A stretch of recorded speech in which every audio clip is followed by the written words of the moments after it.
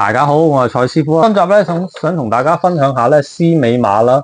我哋扭入去嘅時候咧，咁啊嚟一個少少示範啦。我扭咗2-3卡雅啫，隻馬咧係會搖得喐嘅。大家會見到咧中間尾位呢度咧係搖得喐啦。咁所以咧我哋扭入去嘅時候咧，我哋係要扭到最深嘅。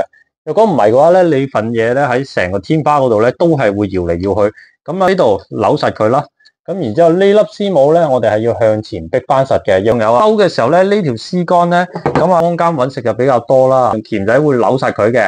咁啊，但係咧鉗仔扭完之後咧，其實呢度咧係會有一啲叫做花咗嘅位置。咁而家一啲比較嚴嘅承建商咧，呢啲咧係會要求你油翻一啲防鏽油。